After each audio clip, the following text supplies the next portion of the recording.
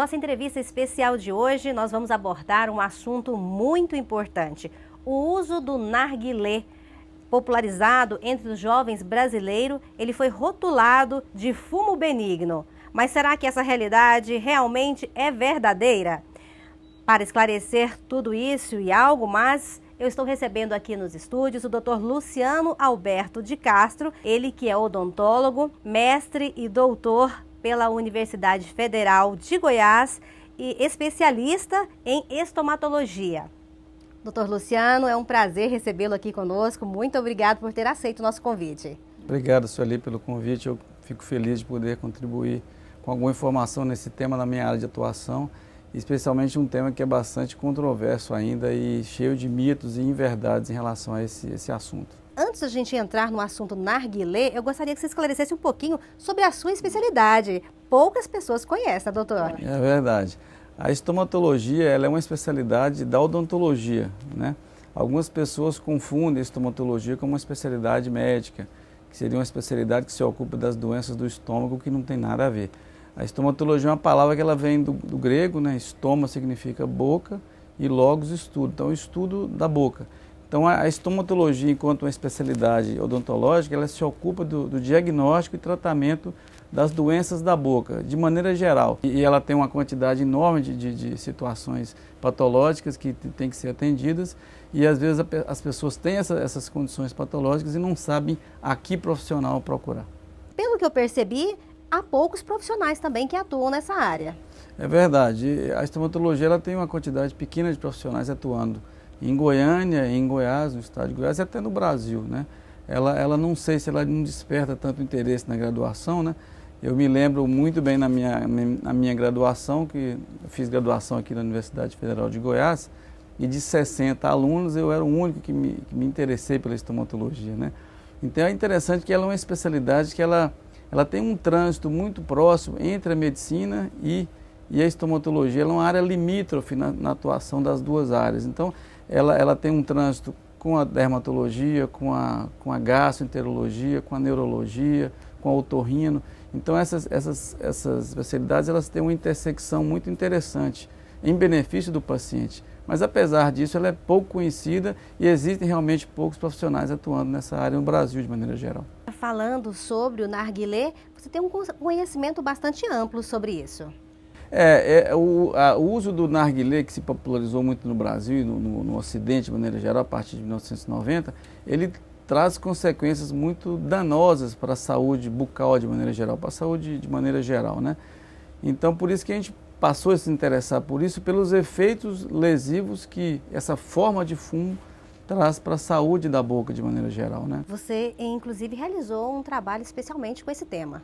A gente, dentro da estomatologia, a gente lida muito com isso, lida com pesquisa. Eu tenho um projeto de pesquisa a ser desenvolvido aqui em Goiânia sobre os malefícios do narguilé na população mais jovem e a gente espera empreender esse projeto de pesquisa dentro de algum tempo. Mas eu tenho lido bastante, a gente recorre à ciência, à literatura, para ver o que já está escrito sobre isso no mundo inteiro de maneira geral. A gente tem visto um volume grande de publicações que tratam dos malefícios do narguilé para a saúde do corpo e da saúde oral também de maneira geral. E o narguilé, ele acabou se popularizando tanto que foi criado, não só aqui em Goiânia, mas no Brasil todo. Foi criado, ele veio inclusive, foi dos países do Oriente, né, exatamente, o narguilé. E foi criado em todo o Brasil bares que as pessoas vão exclusivamente para poder utilizar isso, né? Exatamente. Ele se popularizou muito, virou um modismo, né? Mas o narguilé é uma prática do uso do narguilé, ela veio originalmente da Índia, tem mais de 400 anos, né? Ele começou a ser utilizado na Índia com mais de 400 anos e ele é bem popular no mundo árabe, em toda a região do Sudeste Asiático, do Oriente Médio, do Norte da África. As pessoas têm o hábito de utilizar essa forma de fumo. O narguilé é interessante porque as pessoas usam esse fumo de uma maneira social, né? Ele é compartilhado, ele não é fumado individualmente, né? Então as famílias se reúnem desde aqueles tempos bem antigos para fumar, para pôr essa fumaça que ela é aromatizada na boca. E esse dispositivo, que se chama de cachimbo de água, né, ou alguns chamam de hookah ou chamam de xixa, o narguilé mesmo, ele era compartilhado por uma quantidade enorme de pessoas. Hoje, há um levantamento no Brasil que acredita que mais de 200 mil pessoas admitam usar narguilé no Brasil, especialmente nas pessoas mais jovens. Então, ele virou um modismo muito grande, né? Além dos malefícios que eles trazem para a saúde, é a questão dele ser compartilhado. Nesses bares, as pessoas vão lá para compartilhar, para utilizar isso, e isso é compartilhado. É outro grande problema. Exatamente. Ele é uma espécie de cachimbo da paz moderno, né? Que as pessoas compartilham entre grupos de jovens e é o mesmo aparelho, digamos assim, aquela mesma bomba, aquela mesma cânula, ela é compartilhada por várias pessoas, havendo o risco, além dos malefícios da fumaça do cigarro dentro da boca e sistemicamente, o malefício da transmissão de doenças via saliva. Tem várias doenças, especialmente as doenças virais, que elas são transmitidas de pessoa para pessoa, nesse caso, através do narguilé. Falando especificamente das doenças que o narguilé pode causar, ele por si só mesmo, pelo que ele é. Bem, o narguilé, quando o usuário do narguilé, ele utiliza esse dispositivo, digamos assim, né, que é chamado de cachimbo de água, é colocado uma peça de alcatrão, que é aromatizado, aí é um outro atrativo a mais, né, para os jovens principalmente. Ele é queimado e essa fumaça desse alcatrão, desse dispositivo, essa pedra de alcatrão aromatizada, ela passa pela água supostamente para filtrar aqueles produtos deletérios, digamos assim, e ela é colocada na boca. Então, uma vez atuando na cavidade bucal especificamente, ela tem ações tanto na própria boca, ações direto na mucosa da boca, como com ações à distância. Um dos erros das pessoas é acreditar que, como o cigarro não é tragado, o cigarro não passa pelo pulmão, ele não causa malefícios sistêmicos, o que é uma inverdade. Porque o cigarro, dentro da boca, ele também é absorvido. Você pode até se lembrar que tem medicamentos que são de uso sublingual. Tá? A mucosa abaixo da língua ela é extremamente fina e rica em vasos sanguíneos. Então, aqueles produtos tóxicos são absorvidos pela mucosa e são distribuídos por todo o organismo. Então, a pessoa que tem o hábito de usar o narguilé, essa fumaça tóxica, ela está causando benefícios na própria boca, como o aumento da incidência de câncer de boca, por exemplo, que talvez seja o pior mal que ele pode causar, mas alterações nas gengivas e também alterações à distância.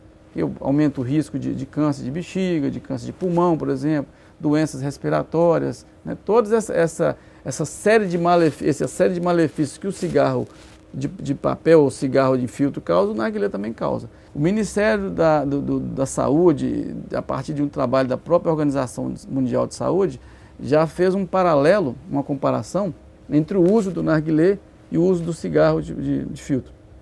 Acredita-se que em uma sessão de narguilé, que dura em torno de meia hora, 1h30, ela corresponda a ter que fumar mais de 100 cigarros. Os efeitos são cumulativos. Então, esse é um problema de saúde pública gravíssimo. E às vezes as pessoas costumam dizer que, não, isso aí é só uma diversão, não vicia.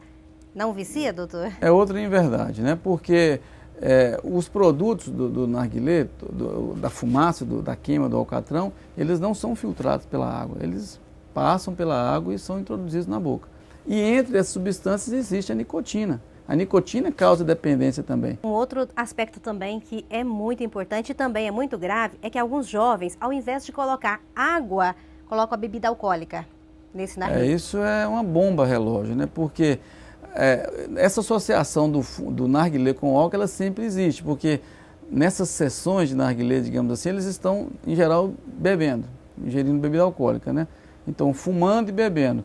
Se você ainda coloca mais álcool, quer dizer, o efeito potencializa muito mais, porque o álcool ele é capaz de solubilizar produtos da fumaça. Alguns dos produtos que causam câncer, eles são solubilizados pelo álcool. Essa associação do álcool com o fumo, ela é extremamente lesiva para a boca e para os tecidos de maneira geral, porque ela tem uma capacidade muito grande de induzir a formação de câncer em qualquer parte do corpo, especialmente na boca, onde a fumaça atua em maior quantidade. Eu quero agradecer a sua participação, foi um grande prazer, foi muito produtivo mesmo as informações que o senhor nos trouxe.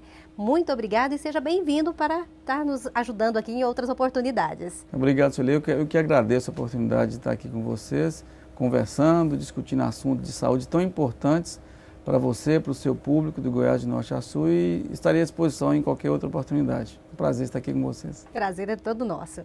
Então fica aí a dica para os pais, fiquem alertas, observem bem os adolescentes, oriente, porque realmente o narguilé de benigno não tem nada.